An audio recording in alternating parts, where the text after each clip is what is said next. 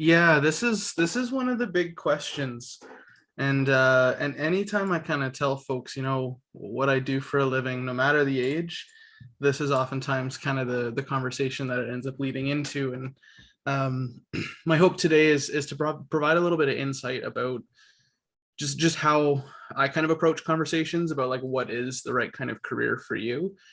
Give a little insight into my perspectives. What are some of the key factors? And then based off of some of those key factors, what are ways that you can explore different careers? What are ways that you can maybe approach maybe careers that you haven't considered in the past? But really just giving an outline of, what are the moving pieces in a fulfilling career, and how is that going to kind of connect to my degree as well?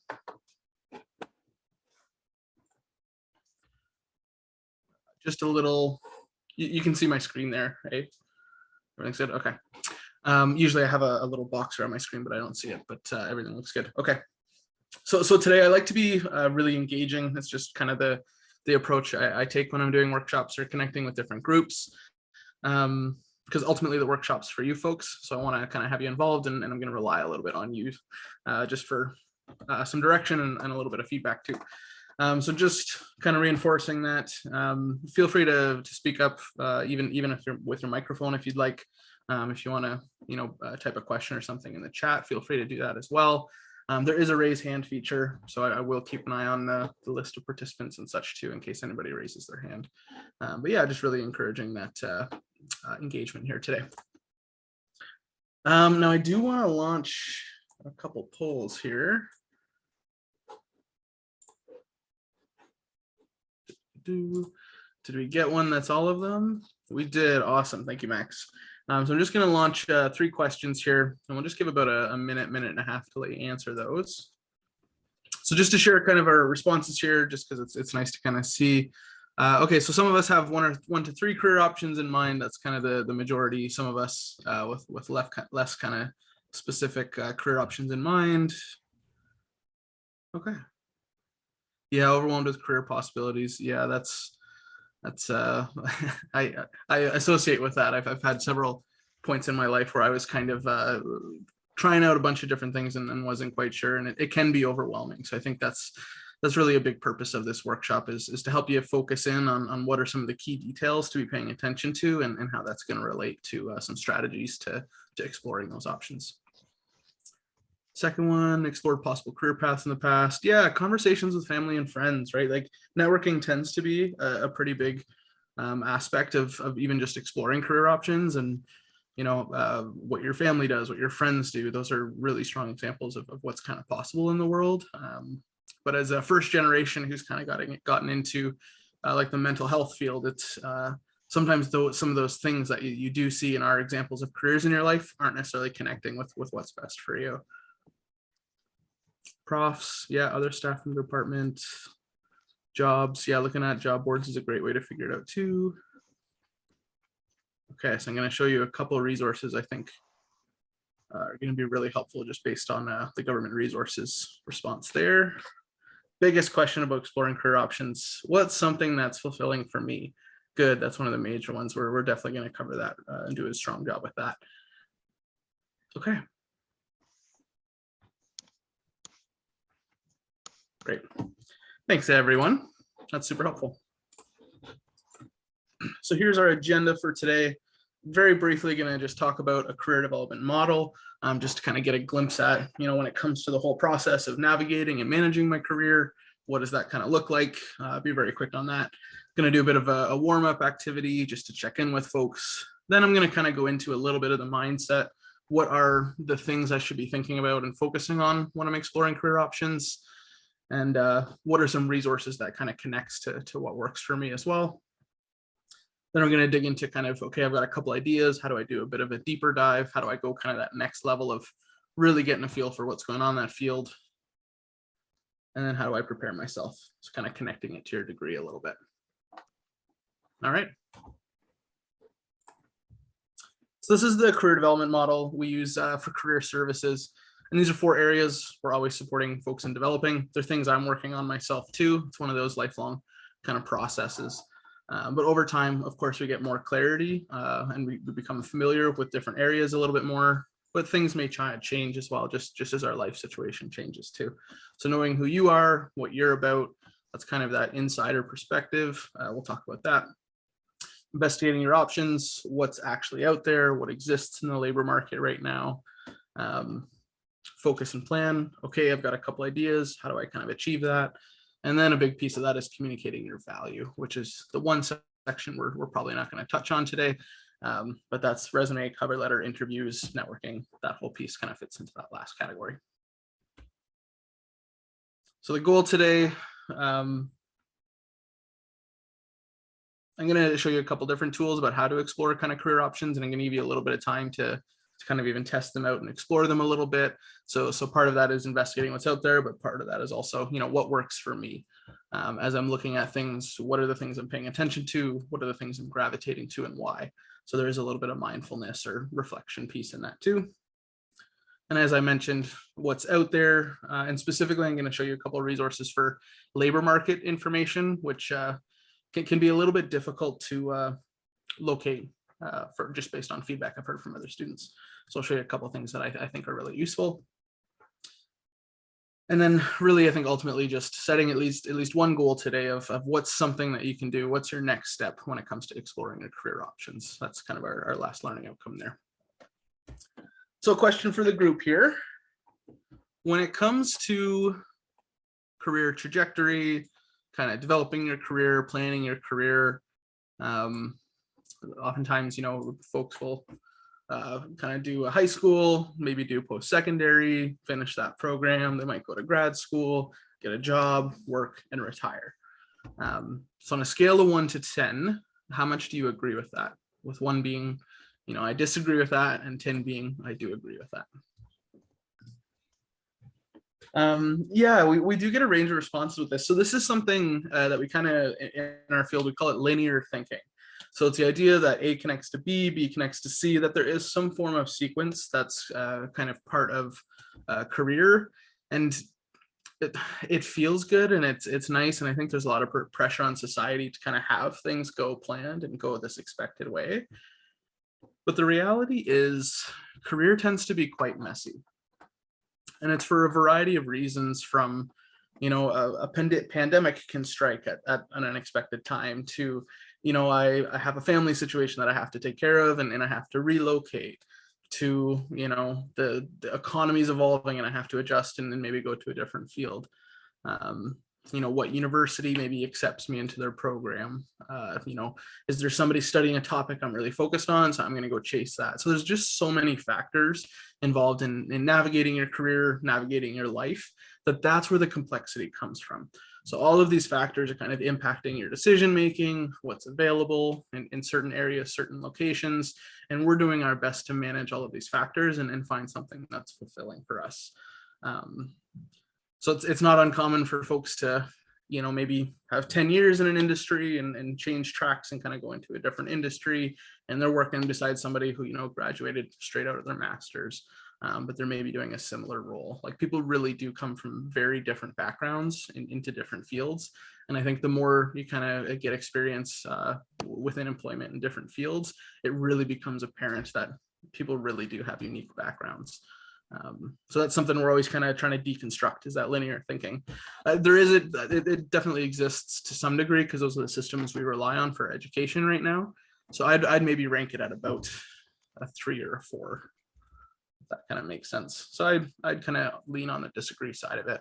Not that it's completely incorrect, because there is a little bit of a sequence involved in there. But I really, really focus on promoting that flexibility of what that plan maybe looks like for you. And to kind of reinforce that, I'll put the link of this in the chat, but this is some research that's been done recently that just connects, what field of study people studied in their education, and then what occupation they kind of get into. So just to give you a quick kind of glance at that. And you can do it by different years as well. So I'll pick university 18 to 29, and I'll look at 30 and 44 in a second too. Like physical and life sciences, you can see they go all over the place.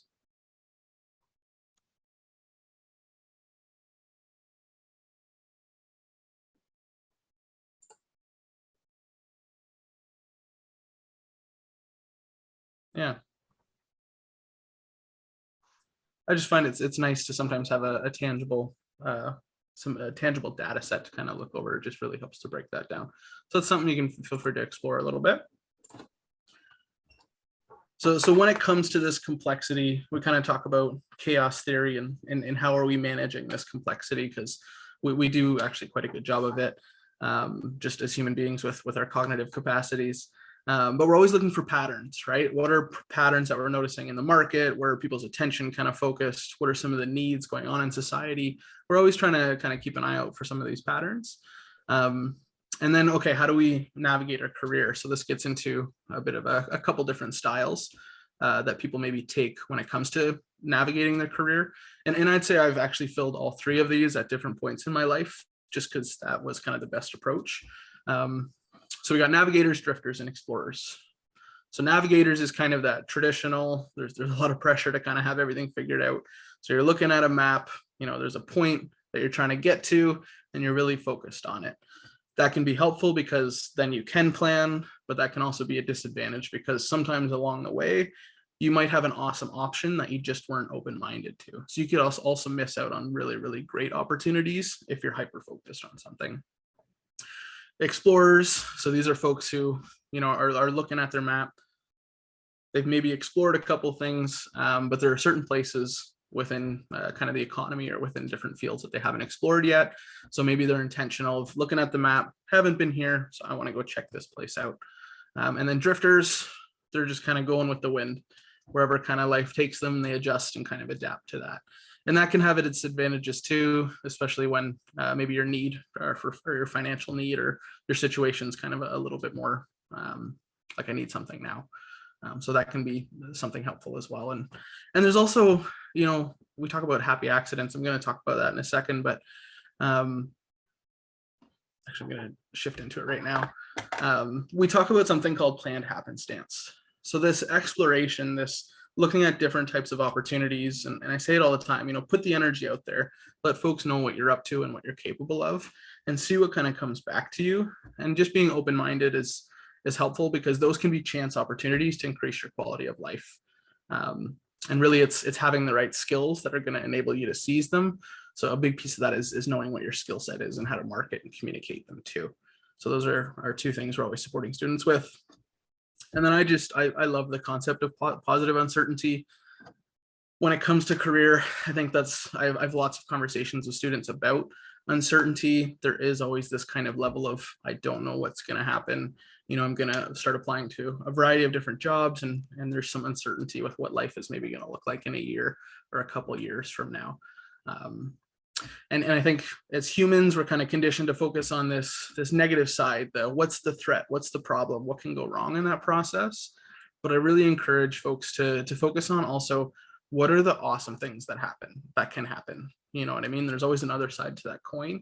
So trusting in your own abilities and just your ability to manage adversity and grow is really important. So I like that quote there. Feeling uncertain about the future, but also feeling positive about that uncertainty and the potential that kind of lies within that. So that's kind of a brief kind of mindset. These are really this flexible, something I support folks with all the time is, instead of looking at the labels of things, breaking down into the substance. What are the things that are making this experience fulfilling for me? So that's where I like to start with what I call as kind of like a career compass. So I kind of use the ship metaphor of, navigating, exploring, and drifting. Well, it's helpful to, as you're looking at the map, to have a little compass. So what are the things that you're looking for? What are the things that are really, directing your search and directing your attention, and of course your efforts when you're exploring different careers. Got this handout for you. I'm going to toss it into the chat.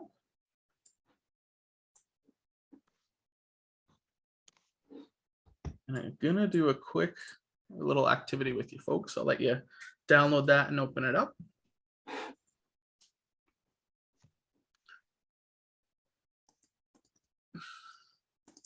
So I'm gonna kind of describe quickly what's going on here.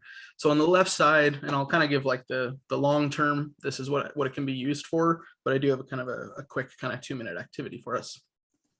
So on the left side, sometimes it's just helpful to write down different experiences, accomplishments, just things you've done so far, because we want to mine and think about and reflect on some of these past experiences and what did we like, what did we not like about it? Because ultimately, you know, I say it all the time, experience is the ultimate teacher. So what do we have to rely on? Our experiences, right? So we want to use them to organize some of the key factors when we're thinking about what works for us. So you can see those three categories on the right. I got skills and qualities, and this is the question of how. How are you going to contribute in your career? What are the skills or the roles that you can maybe take? Values and needs, and this is kind of the why. So I like to also split this up into two different kind of perspectives. One being, what is your career fit with your overall kind of life plan? You know, do you have other goals in life, maybe family, maybe travel, whatever that maybe is. So how does, you know, career fit within that big picture? And then also within your work, what kind of makes it valuable for you? Is it, you know, being able to connect with other people? Is it being able to, you know, something that's challenging, something that's fast paced? So think about what makes a career kind of fulfilling for you. And then the last one is your interests and possibilities. And I kind of call that the what. What are the things you pay attention to, you read about, things that get you excited?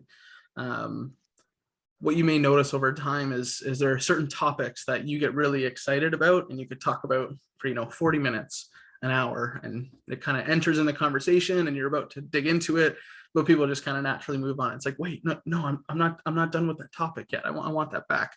So just noticing what are the things that really get you kind of invigorated and kind of capture your attention. So three big questions are how, why, and what. Okay, so what time is it right now? 2:58. I'm going to give you 2 minutes to write down as many things in those three categories as possible. So kind of like a quick little shopping spree. If somebody gave you a bunch of money and you could buy as many skills and values and interests that work for you, we're going to do that. Okay, ready, set, go. So with that annotation feature, or if you prefer the chat, feel free to put it in the chat too, but add a star or a little stamp into which category has the most content for you. So which one has like the most words, the most ideas, the most information. So either if you want to list that in the chat, or if you can put a stamp in there. That's great. Yeah, I find this activity is always interesting because it does give you a quick little glimpse into, you know, what are the areas that are a little bit easier for me. So I spent some time thinking about them, but what are also some of the ones that I haven't spent as much time with? So these are three big questions I'm always looking at for even applications and stuff. How, why, and what? And if you have, you know, more familiarity with one, maybe it just means, you know, that's what you're going to use to kind of focus your search, and you're going to kind of work from that lens. Because once again, experience is the ultimate teacher. So, okay, great. Thank you, everybody. So now let me share you just a bunch of different resources here. So I just want to share a couple of resources that I think are just really helpful to, one, inform this a little bit more and kind of always take it that level that's a little bit deeper. What does that look like? How do I want to do that? You know, if I describe it generally as kind of an everyday person, what does it look like specifically in that field as someone who's a little bit more educated? So I'm always looking for a little bit more depth. I think that's always the goal. This is a nice little image. I really like it. Japanese concept meaning a reason for being, ikigai. I think it's just these are 4 areas that we're always trying to align, and it is a struggle. I think it's difficult to have them all kind of line up perfectly. Once again, because of kind of what I was mentioning with chaos theory, and there's just so many factors kind of impacting what we're navigating. But you know, what are the things you love, and what can you get paid for? Kind of that internal, I appreciate it, but externally, you know, is it a possibility for me? Am I good at it? Does the world need it? Right? So trying to align these things as much as possible. This is our challenge cards, and this is a resource we sometimes use in our appointments with students. Unfortunately, I don't have a virtual one, but I do have a bit of an inventory and a bit of a list for you folks, just for challenges and values inventory in general. So these are a bunch of challenges or things that folks maybe want to accomplish or kind of get involved in or tackle throughout their career. They're just some of the big things that people are kind of focused on accomplishing. So this kind of connects from the value lens a little bit more.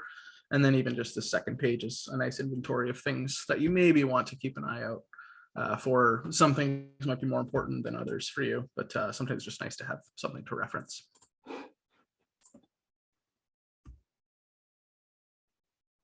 Our UN Sustainable Development Goals, something that Queen's is really kind of promoting this year, and for good reason. I'll put this link in the chat as well, but this can once again kind of connect with your values. You know, if there's a certain impact that you want to have on this world, or there's a certain, you know, task the world's trying to accomplish, it's another way to just kind of look at that lens. And then it has information about what's going on in those industries, maybe some associations, different data and stuff. So it's just another way to think critically around what's my impact and what's the purpose of my efforts, and then working backwards and kind of thinking, well, what's a role I can take within some of those fields. Career cruising. So I like to, when I talk about different exploring career options, I like to always go from kind of general and organized into kind of the more specific and kind of messy, chaotic. So that's what I'm going to kind of do now. So for career cruising, it's something that if you attended high school in Canada, Ontario especially, you might remember this from grade 10 civics class. There's a little quiz that it asks you to do. And sometimes it tells you kind of things that you never would have expected. And not that it's the expert on that. I think it's just a nice kind of entry point to look at different things. So I've got the username there and the password as well. So Queen's pays for its students to have access to this. I know not everybody here is from Queen's, and that's okay. Yeah, I believe your local institution will have a password and a username as well. It's quite commonly used within our field. So a couple things I really just suggest students focus on, or people focus on. One, like this is just some intro information. So education will tell you if there's like a credential or if there's some form of like education that you need, or certain master's or PhD, maybe a college diploma that you need, depending on the field. Check out the other resources tab. It'll just tell you some of the main sources of information for that field. So just associations, governing bodies, and really just where people collect and share information for that field. But ultimately, my number one reason I kind of start with this is just the related careers tab. It's a really good way to kind of just jump around for different fields,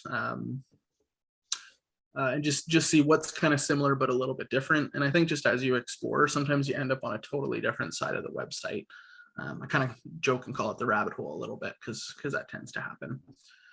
So it is, I will say this resource is also a little STEM heavy. So there's a fair amount of science and technology and such in here, which probably plays to your liking anyways. Next one I like to share is the job bank. Toss me a thumbs up if you've ever been on the Canada Job Bank before.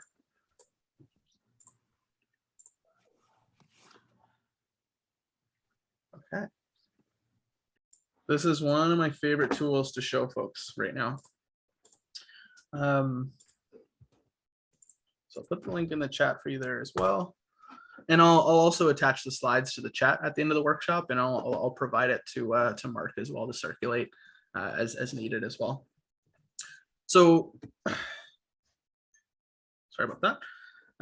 So something I like to do to go into this career planning section, the trend analysis is also interesting. There's more kind of labor market information in there, but I want to show you this part specifically because it kind of jumps into that anyways.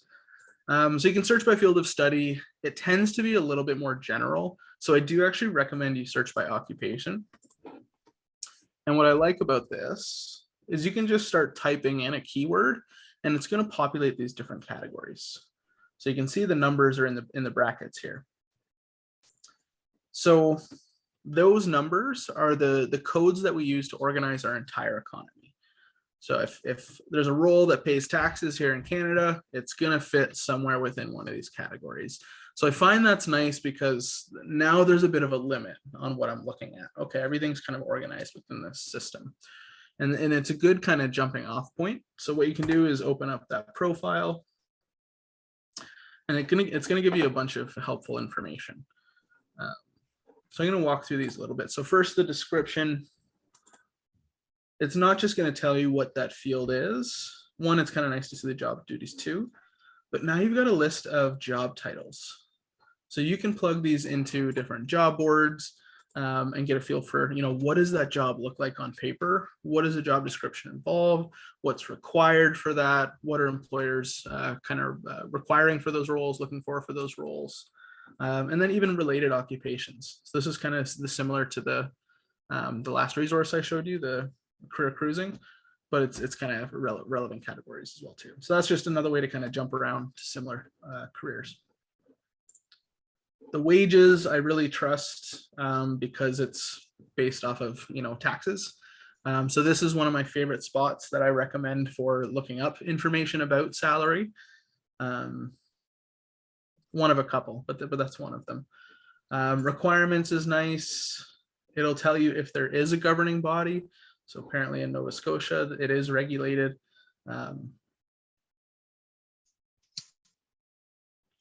Yeah. So anyways, if there is a governing body, it'll be listed in there. So that's kind of nice to know. I know that was a question for some folks. Prospects, it gives you a glimpse at the labor market info. I will say it is quite general. And I believe this was done, in 2018 before the pandemic. So I think a bunch of these things have probably changed. But I think still in general, it's helpful to read through some of these things. I do have another labor market resource I'm going to show you folks. So this is just a nice kind of starting point for that. And then it actually connects to the Canada Job Bank as well. So you can see where some of the opportunities are and what they kind of look like. So this is only on the Canada Job Bank, and this is just right now. So I would look on other job boards and stuff as well, but it's just nice to sometimes see some examples.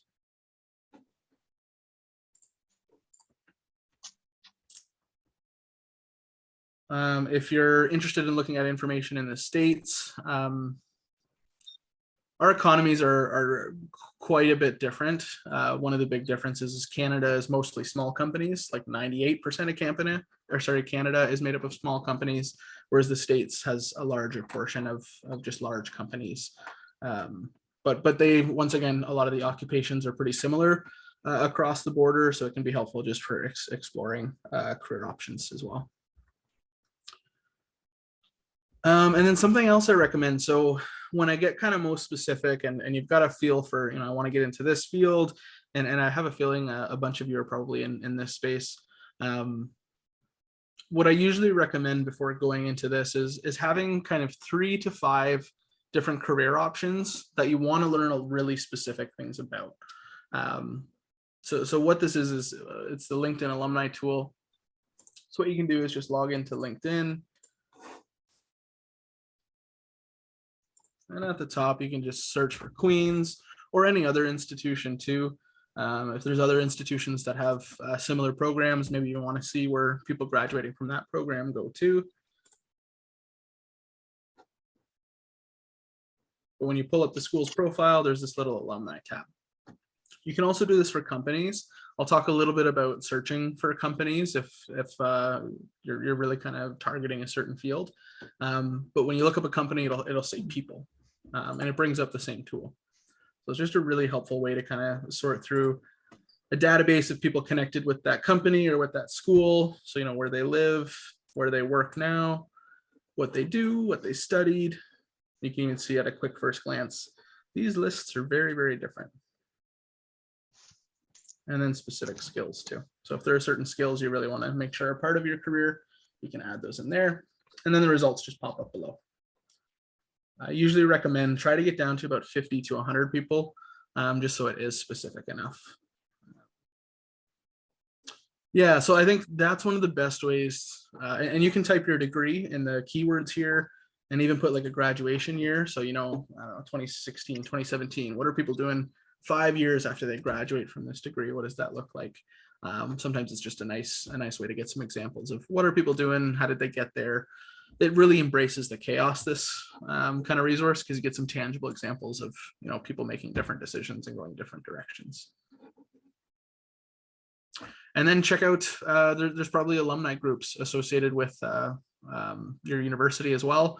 For Queen's University, we have our Queen's Connects career network for students and alumni, but there might be something for your institution as well on there. Okay, I've shared a bunch of different resources here. So what I'm going to do, what time is it? It's 3:14. I'll just give you about 1 minute, 2 minutes here to pick one of those resources and just explore it for a little bit. I know it's not a lot of time, but I'm sure folks have been looking at things already, so I do like to give them a chance to take a look at it. Let's keep moving on. So I think a lot of those resources I shared are going to give you more information about, what are some of the skills required for different fields, following your interests and just paying attention to what are the things you tend to gravitate towards. And some of them connect with values too.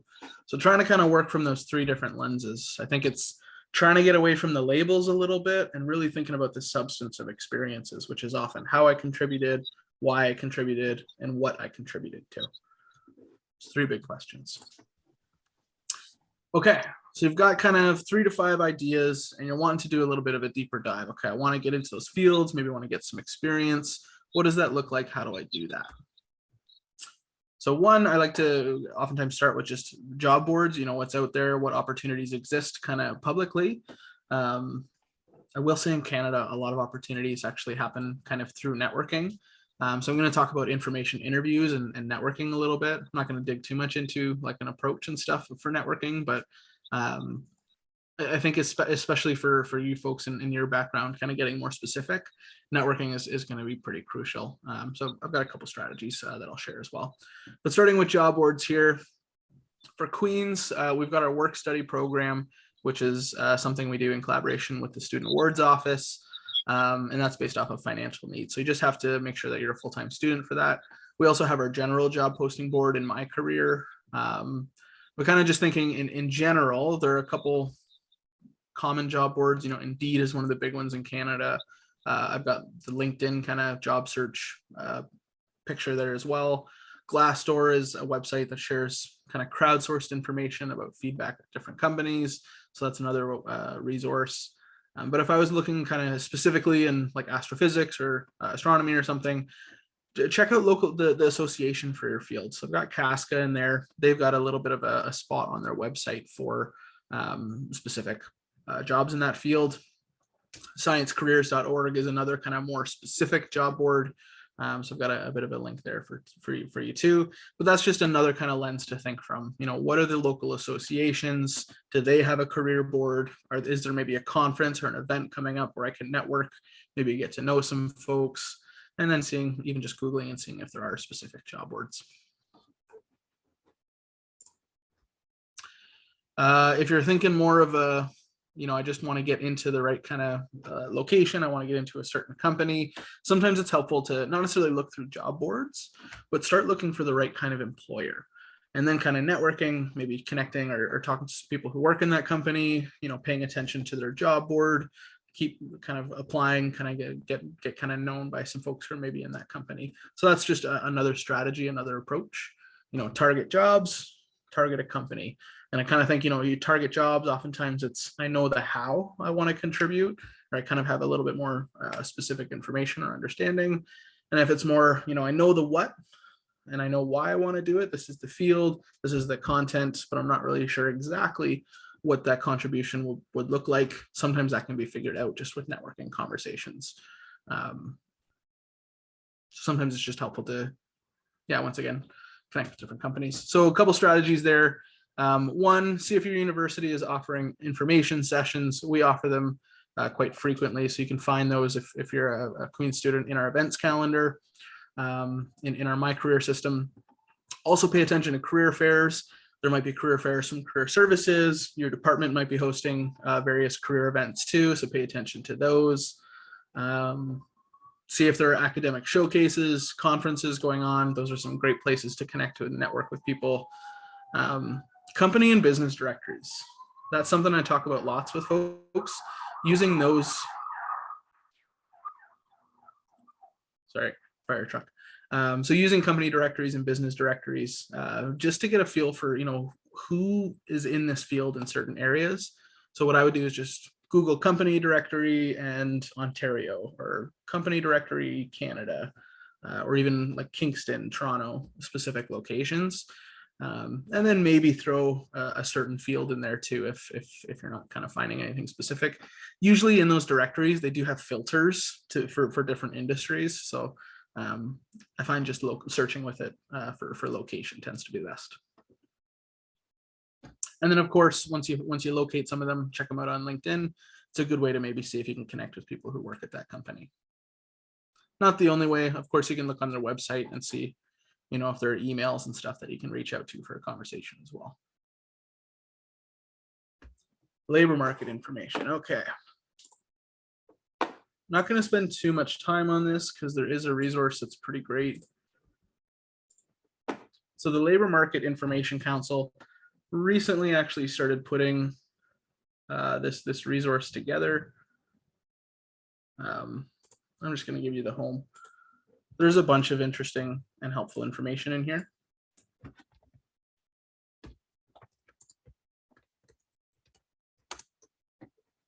Check out their data dashboards. There's information on, what are earnings like the first kind of 5-8 years after graduating based off of different fields, PhD, different levels of education, online job postings. It's kind of nice to see, how are those evolving over time? Is my field kind of declining? Is it kind of increasing a little bit? Keeping in mind, it's only really about 20-25% of the economy is captured on there, because a lot of jobs do kind of happen behind the scenes, so they won't be posted publicly. But it is nice to get a bit of a feel for how things are shifting and evolving right now in our current climate. And then I just wanted to show you work words here. So if you're really interested in digging into wages and salaries for different fields, or occupation outlooks, which is kind of like projections in different fields, I would recommend you go to this page, and this is work words. Because what they do is they give a nice breakdown of the data that we currently are capturing or have historically captured here in Canada. This is definitely a need that's being addressed. I think having more accessible information about the labor market is a pretty high priority right now, just because it's, especially with the pandemic, it's kind of revealing that the resources aren't the greatest. So this is actually a website they've been putting together since the beginning of pandemic, and it's evolved quite a bit already. I'm quite impressed with it. So it'll just give you a breakdown of the definitions and sources, what are some of those key pieces. It'll talk about, just key factors, considerations, things to keep in mind as you're looking at this information. Gives an overview of the sources, what's included in them, what's the value of them. And then it actually gives you access to this data as well. So I just like it because it does give you kind of a breakdown of what are you looking at, or what assumptions should you kind of pay attention to within the data and such as well. So I usually start with kind of the job bank, gives you a nice kind of overview. And then this, I would say, is kind of a deeper dive, actually going into some of the surveys and reports that are available.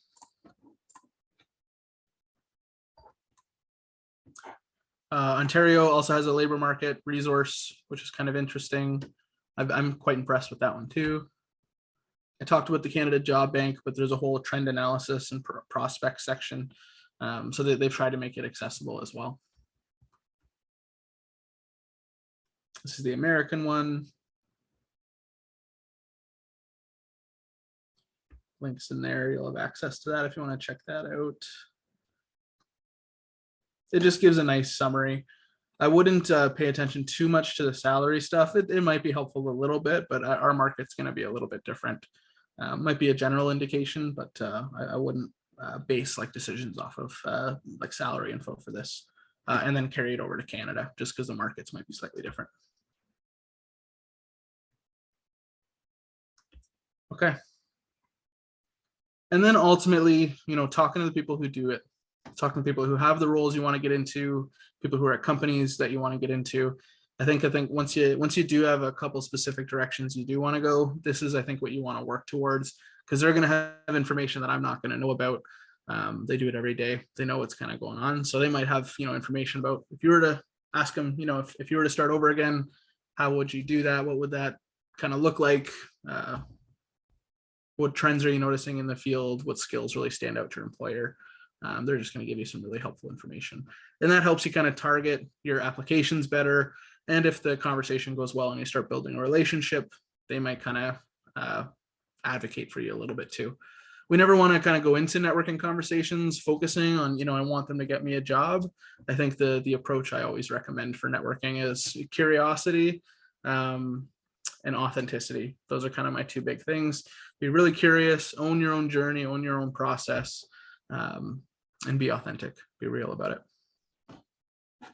So I'll put this link in the chat. We do have a couple tip sheets I think are helpful. One on information interviews specifically. That's just kind of a breakdown of, how do I prepare for one of these conversations? What do I do during it? How do I follow up after? So it kind of just breaks down the whole process. And there's also a sample email in there of how do I reach out to somebody and maybe set this up. 15 to 20 minute conversation is a really safe ask. That's kind of my standard response. 15 to 20 minutes. People tend to be flattered, actually. So I really do encourage you to reach out to folks. Okay. A couple other things, just wrapping up here. Queens has a bunch of major maps. Specifically, they also have grad maps. So this is one of the grad maps that I grabbed. You'll notice that kind of blue box on the right side. It says, what will I learn? Those are tangible learning outcomes for your program. So when you graduate, those are all things that you can claim and kind of have behind your name. So if even looking at a list of skills, that can be helpful to kind of just think about what transferable skills do I even have? Because a lot of them are transferable skills. And then there are a couple examples of different careers in there too. That's really just a starting point. That's not only what's possible. There are a lot of things beyond that. I really just try to position that as a starting point of a couple things to consider. There's lots of possibilities for you folks. Toss me a thumbs up if you've seen or used our Queen's skills cards before. I might have mentioned them in past ones, yeah. Okay, a couple of us. So this is a tool we've developed recently and won a couple actually national and global awards for student engagement. It's a really accessible tool to think about what are my transferable skills, what's kind of the substance behind them, and even thinking, if I'm targeting different fields, what's kind of my how? So how am I going to contribute? What's my skill set like? What are the things not just that I'm good at? You can see the axis there, or the axes there, up and down as proficiency. So what am I good at? But also what gives me energy? What are the things I enjoy doing? Sometimes we're good at things that we don't like doing. So maybe we should try to limit how much we have to maybe do those in our career. So this is, I think, just a really helpful reflection tool. So this is the link oh wait, that's not the link. This is the link I just tossed in there. So just in this yellow section, the first bullet point is I want to do some skills assessment on my own. So the first one will bring up the Queen skills sorter.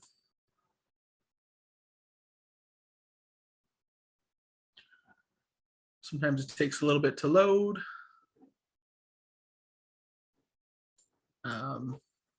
So yeah, you can do that. And then I'll just right click, see the front, you see the back, kind of breaks it down to components, gives an example, definition. And then there's, you can look at the, yeah, go ahead. The last, I think this is right. The last two links you put in the chat, I think are the same links. I don't know if maybe you didn't put in the right link. You're right.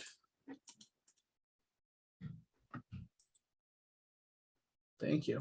Thanks for catching that. I know this is the skills cards. There we go. Thank you.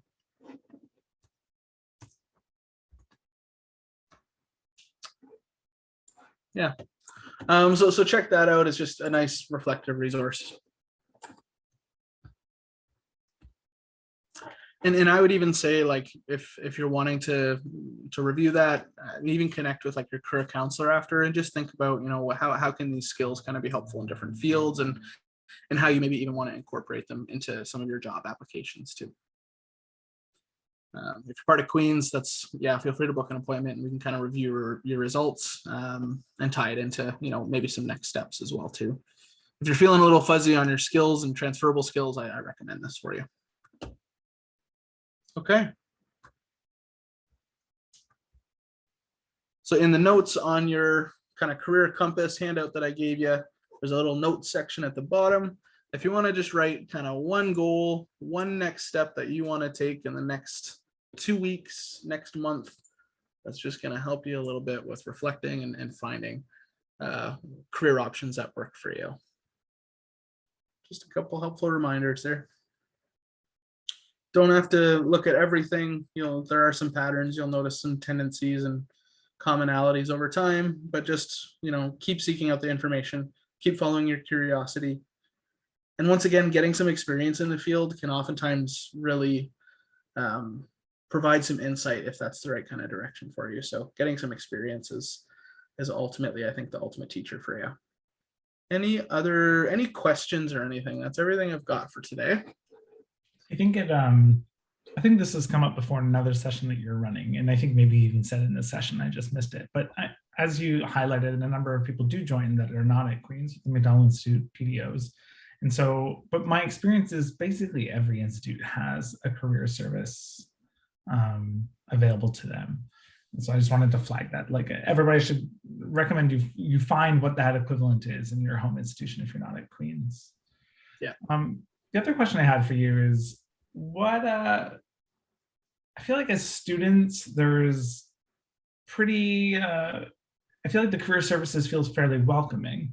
What I'm wondering is, I almost feel like what is the, I guess, what is the support for staff, that could even have permanent jobs, but, I think we're always looking for professional development, and we all have maybe next careers in mind. And is the level of support kind of equivalent, or it's there as well for Queen staff that want to use this resource for thinking of next steps?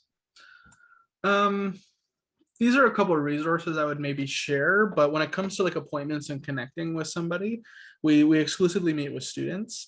So I think Queens would probably either connect you with like an occupational therapist, or there's like professional development seminars and stuff specifically for staff.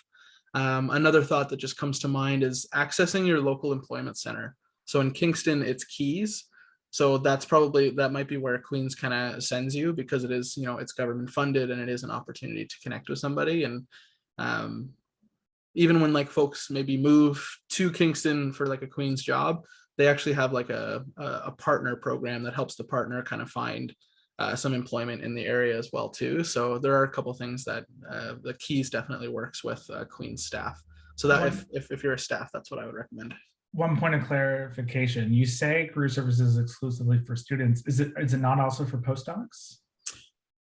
Yeah. So anybody registered at Queens for any kind of program, like PhD, masters, but a postdoc are technically here as staff. But I mean, it's traditionally, I have always found career services is available to them because they're intrinsically looking for like the professor position next or whatnot.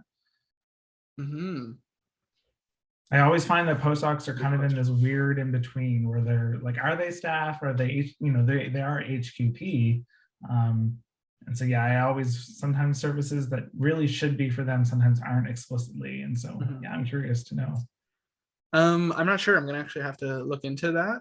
I do know, so a little bit of kind of carryover is Queens does offer for a full year after you graduate, all students have access to career services. So that first year of being an alumni.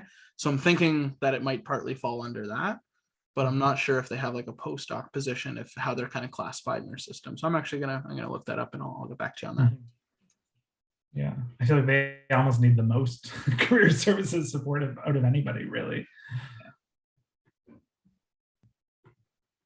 They're very similar conversations I have with undergrads and such too. I think it's just what time you're kind of facing that, getting into the workforce, whether it's, industry, whether it's academia, everybody kind of faces that at some point. They tend to be kind of more similar conversations than I think people realize. Mm-hmm. Yeah. I'm seeing two questions in the chat. I don't know if you're able to see those, or would you like me to read them or invite them Yeah, to speak? I can read them off here. So Connor, have you been noticing any trends in remote work lately? This is a big conversation going on in the world of career, world of industry and such right now.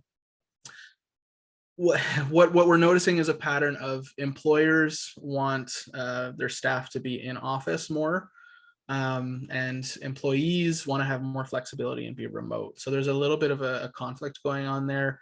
I think the employers that are adjusting and offering remote work are a little bit more competitive within the industry and hiring really high quality talent. So I think for the first time in a very long time, the employee actually has a fair amount of influence over what's kind of going on in the market right now, because a lot of top talent is kind of moving around to, work life situations that really appeal to them. So there is a little bit of a trend to even entertaining the 4-day work week. I don't know if that's something over time that's going to happen. It might even be like a hybrid model of, Tuesday to Thursday, people have to be in the office, but Monday and Friday are maybe work from home days. Those are some trends that we're kind of seeing just from conversations and such. So not exactly sure what that's going to look like. And of course, it depends on the industry. Like, can you do it remotely? Do you have to kind of be in the office? But I think flexibility is definitely a trend that we're kind of noticing throughout it. Permanent residency important to get a job in Canada after graduation? That's a great question, Mina. Something that we have definitely noticed is having some initial experience in the Canadian labor market before graduation can be really, really helpful for kind of bridging that gap and getting some of the initial experience. I think you develop such a strong skill set, just finding that first opportunity and kind of getting your feet wet, and then working towards that permanent residency is a common trend that people are navigating. So we actually have, I'm not sure if you're a Queen's student, but we actually have specifically an international job search coach now who's part of our team, specifically to kind of address that this is a need. This is a gap that we're kind of noticing in the industry a little bit. Mina, are you a Queen's student? Actually, I would even just connect, even if you're not part of Queen's, just connect with your own kind of career services. It's definitely going to be on every office's radar. So I'm sure different institutions will have different supports and such, but a career appointment, you can kind of bring it into conversation, and they'll be able to connect you with resources from your institution as well. Or I have to search for it. I'd once again, like I would dig into that whole conversation with you if we had enough time, but we don't. I will share, we've put together a summer job search tool for folks. So I'll just add that in the chat as well.